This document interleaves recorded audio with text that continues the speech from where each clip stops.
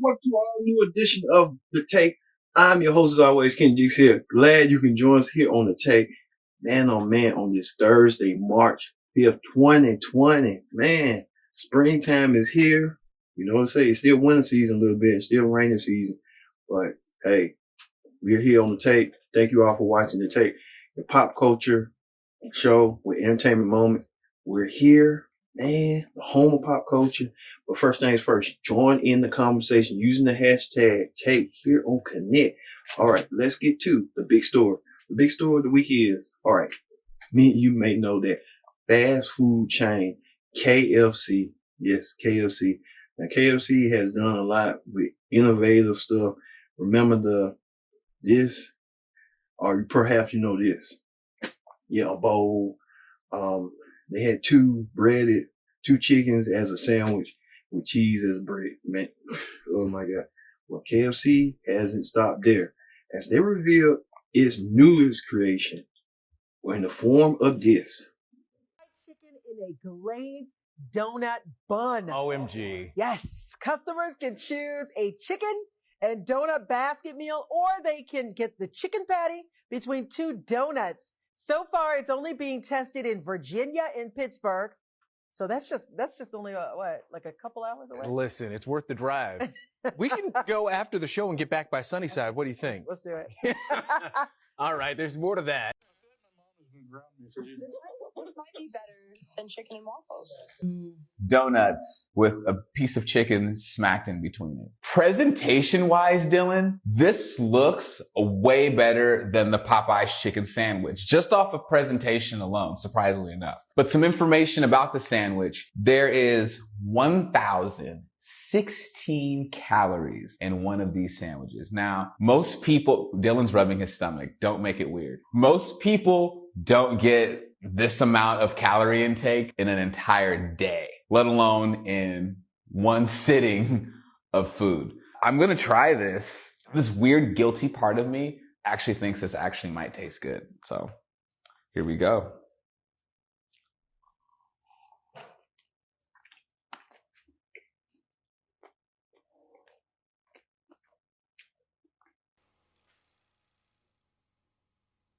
Yes, you saw it, a donut sandwich. KFC now trying to reveal and introduce donuts into their menu, while KFC just trying to find anything that's finger licking good.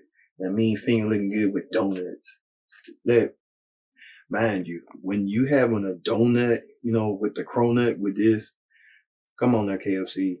Lead at the Krispy Kreme. You don't see Krispy Kreme coming to your territory trying to sell chicken. That don't work like that, because Krispy Kreme is a donut shop, and you are a chicken shop that sells chicken, and now you're adding donut. Wow. What's next? Remember, Berg used to have dark waffle. Now they got the Impossible Waffle with plant-based waffle. Wow. Well, yeah. Stick to it. That's why Popeye's chicken is selling way than all of them. They trying to figure out ways to keep competition with Popeye's chicken. When Popeye made it new and improved of chicken sandwich. Yeah, I haven't tried that yet. So, all right. In celebrity news, singer Lady Gaga returns to the music scene and released her new single, Stupid Love, this week. Officially dropped the first single from her upcoming 6th studio album, and it's called Stupid Love. And from the video yesterday, and the Power Rangers replied, "Not sure if we should fight this monster or stand this monster." Then added, "Just consulted with Zordon." I guess that's how you pronounce it. "We have no choice but to stand." No, God.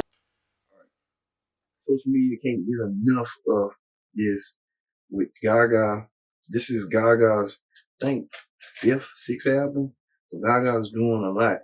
Speaking of Gaga, Gaga's father, who owns a restaurant, hasn't paid tenants because he believed that he ain't paying because the homeless people are coming in, you know, stopping his meal ticket. So I guess Gaga's father has to pay, or else he's going to be belly up.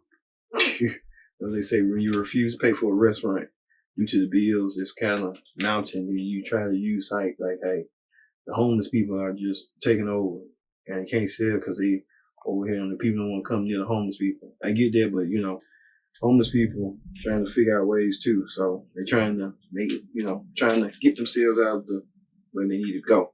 All right. Speaking of that, singer actress Jennifer Lopez sat down with Oprah Winfrey and discussed why she thinks she got snubbed for an Academy Award with this. I was a little sad because there was a lot of build up to it. Yes. There was so many I got so many good notices, more than ever in my career. And there was a lot of she's gonna get nominated for an Oscar. It's gonna happen. If she doesn't, you're crazy. And I'm reading all the articles and I'm going, oh my God, could this happen? And then it didn't. And I was like, ouch. it was a little bit of a letdown. Also, I felt like my whole team, like I said, most of my team has been with me for years, 20, 25 years. And I think they had a lot of hopes on that. Yeah. They wanted it too. Yeah. And I felt like I let everybody down a little bit. She didn't get nominated for Academy Award for her portrayal as a madame in the movie Hustlers. J-Lo just got cut. Many people felt like J-Lo should have got a nomination, but I feel like J-Lo politicked it and campaigned for that job. And they just said, you know what, that's a turnoff. We not, no, J-Lo, Jenny for the block for you. So I she got a little bit upset and irritated. J-Lo I had to prove that I got to be worthy of an Academy Award. Yeah, even asked Beyonce. Speaking of Oprah was at one of her conferences in Los Angeles, and this happened.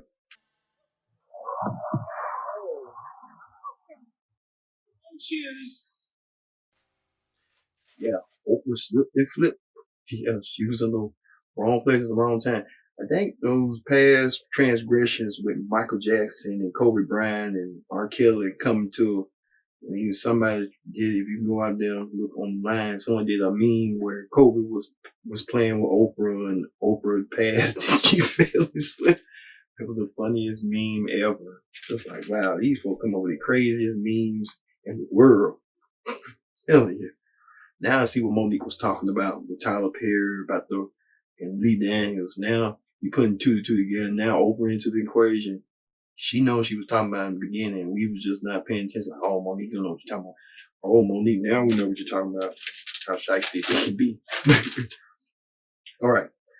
On news is this week. After losing to Tyson Fury, his heavyweight boxing championship, former boxing world champion Deontay Wilder took to social media and addressed the concerns about his loss and how he's going to emerge with a comeback. Watch this. We will hold our heads up high. Your king is in great spirit. And we will rise like a phoenix from the ashes and regain the title.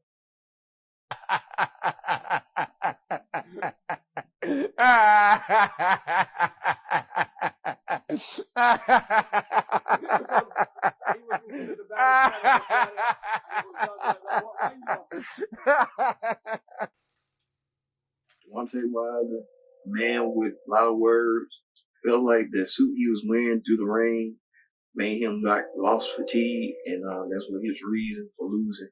But Wilder said that he's gonna prove that this ain't no marathon, this is a sprint. So we'll see. We'll see at this. All right, we'll be back with more tape. Don't go anywhere. This is the tape here on Connect. See, we'll be right back.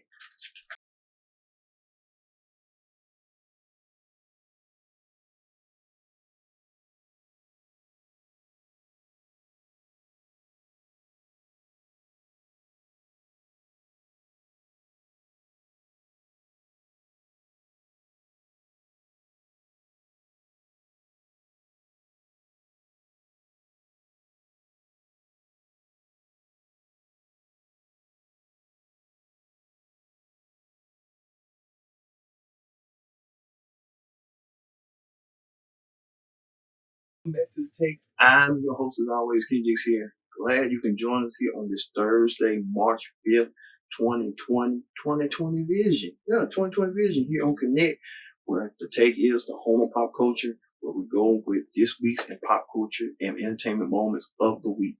And we're glad you join us for the ride. But first thing first, join in that conversation using the hashtag Take here on Connect. And don't forget to subscribe. Subscribe is caring. If you like pop culture, we bring it to you. That's what we do here on the Take here on Connect. So let's get to the political rundown. On the political rundown this week, man, oh man, there has been a lot of political shakeups this week. I mean, this week that's happening with 3 presidential bids ending. Yeah, it's crazy. And Fox News asked Mike Bloomberg to just quit already. And President Trump even make it worse when he makes fun of Bloomberg. All right, let's get started with the 3 that you're aware of. All right, many of you aware of that Pete Buttigieg, the first openly gay presidential candidate, announced his bid to quit.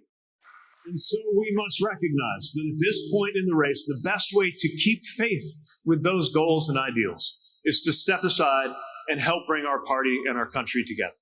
So tonight, I am making the difficult decision to suspend my campaign for the presidency.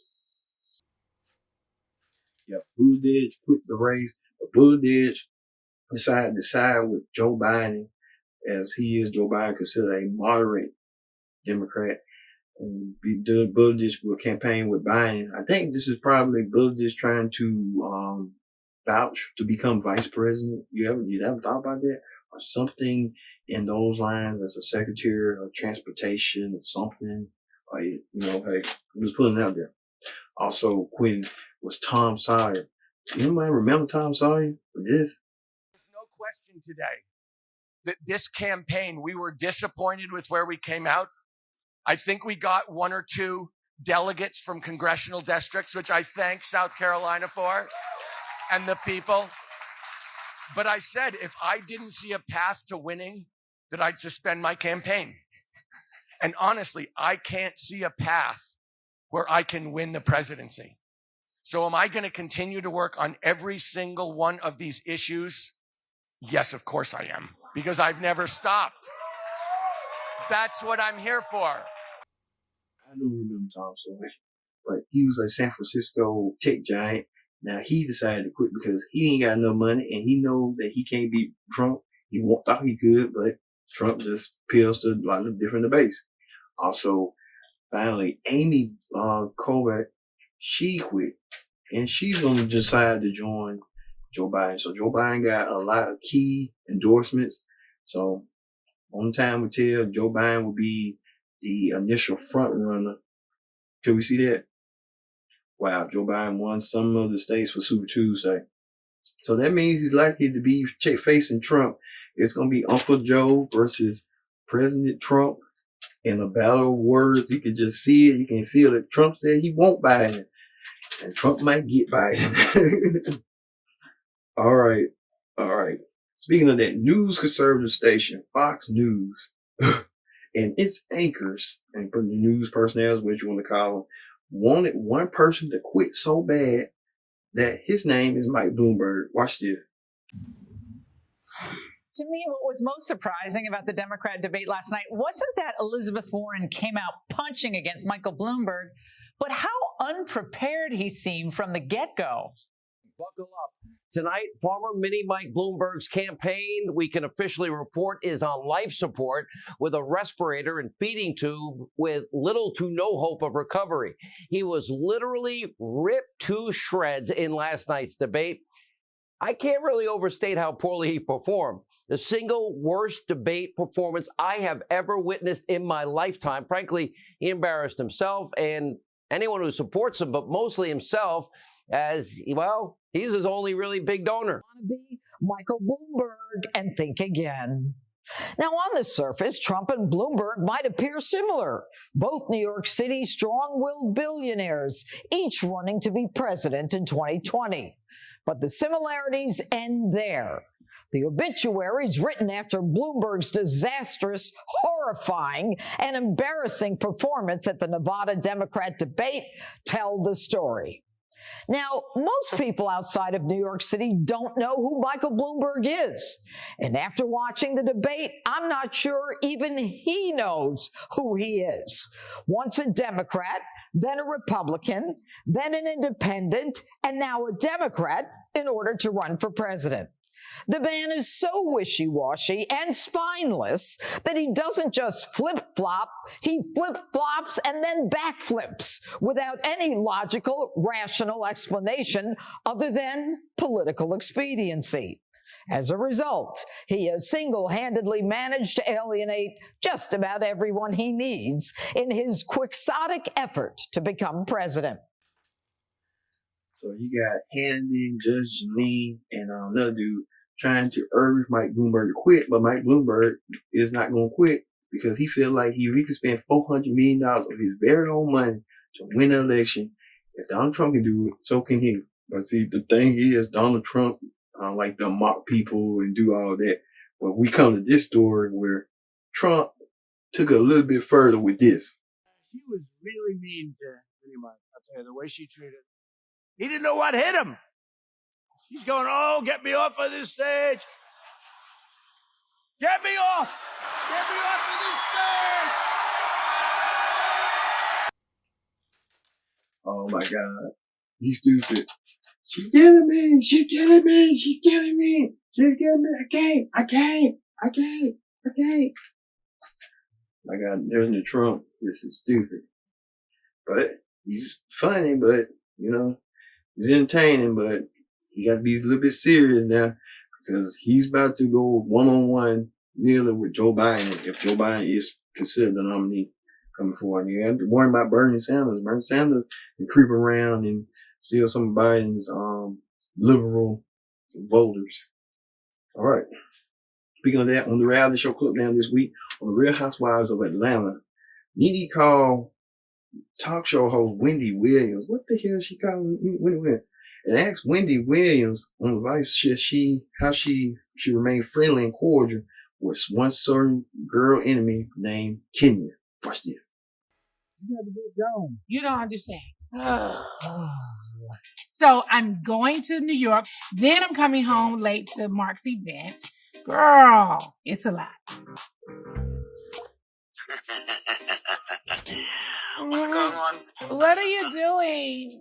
I was about to go in the fridge and see what I could nibble on before actually going out for a regular dinner. Oh, God. You have a lot going on. I called because I need advice. Wendy, I don't really want to go to Greece. Where are you going?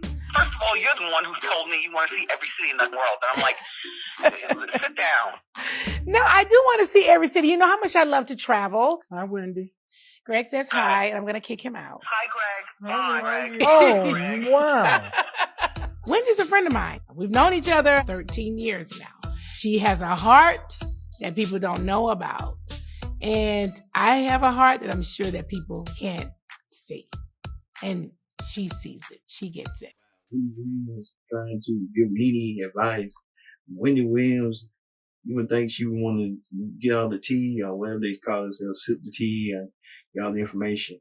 But Wendy Williams doing what she does best, speaking on hot topics, she goes direct to the source. Well, I guess Wendy needed her 15 minutes of fame real bad. And here's Wendy expanding a little bit further on why she and Nene had a discussion on her very own show. Watch this.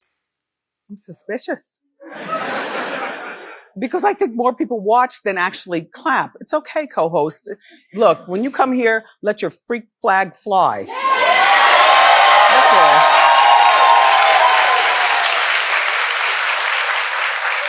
all. Well, I watched, and I had no idea that I popped up in a particular segment. Well, but because this happened so long ago, this happened months ago. Nene calls me, she's with the producer, she's like, Wendy, just, you know, we're gonna send you the stuff through your phone, you sign it with your finger and you bring it back, bring it back around and press send. And I was like, well, what am I doing? She said, just talk me down. I said, from what? She said, just follow the conversation. I'm like, okay. And it was a beautiful day when she called. I wasn't doing anything. It wasn't a work day. She called like on a weekend. You know what I'm saying? So I was giving her advice on how to deal with Kenya because Nene has a hard time dealing with people who aren't as authentic as her. And I like Kenya the way I like Nene. But I I like those girls. And you're not going to get me to choose. And you know what I'm saying? But Nene is my ace. And then after that, everyone else falls in line. Right. If they care. If they don't care, then bye, girl, bye. But anyway, just saying.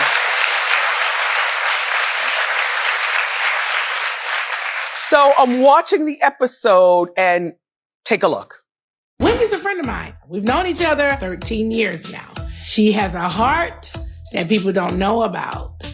And I have a heart that I'm sure that people can't see. And she sees it. She gets it. Here's the problem. Kenya. Okay, I'm trying to be kind to her. You will be proud of me, okay? I've said hello to her. I've emailed her. I've texted her. And she treats me like Nene, you have proven to be a really good friend to me. Yeah, thank you. I like Kenya, by the way, Nene. I don't care if you like her. I've been kind to her. Let her bury herself. Because ultimately speaking, true colors do show. Cynthia and I have gotten in a better place. And Portia, she'll probably be coming with her baby. Okay, let's talk. Because now Portia's not with her man. I think they're working through their issues. Oh! Did I spill some tea? So, Nene, hold your wig and your beautiful, money well-spent face. Nothing's been done to my face, bitch. I know you wish. You're only going to give the girls your best side. Okay. Which would be your spread hips and your ass to kiss.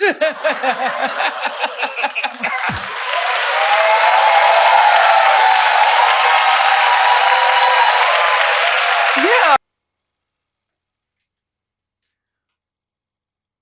All right, Wendy Williams explained a little bit more about how Nene and her get along, but it's just only a matter of time before that ends.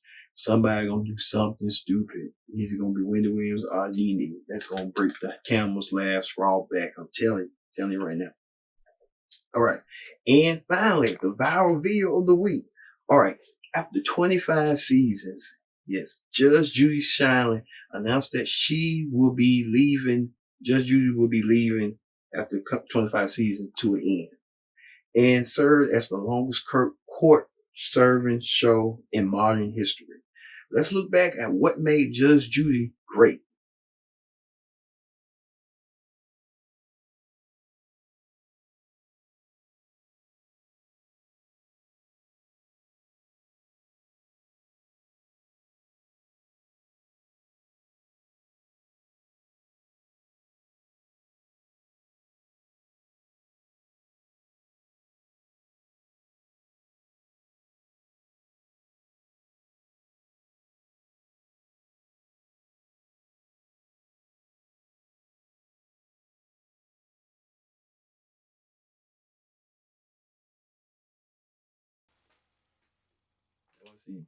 Judge Judy led a path for other court shows, I know People's Court was long, but way before Judge Judy.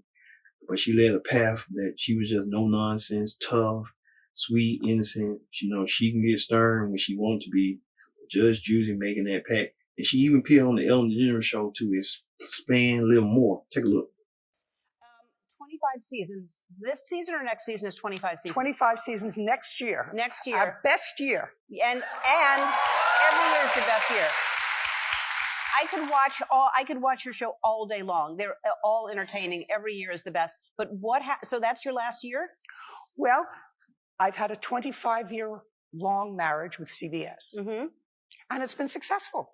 Next year will be our 25th season, silver anniversary. And CBS, I think, sort of felt they wanted to optimally utilize the repeats of my program because now they have 25 years of reruns. So what they decided to do was to sell a couple of years worth of reruns. But I'm not tired.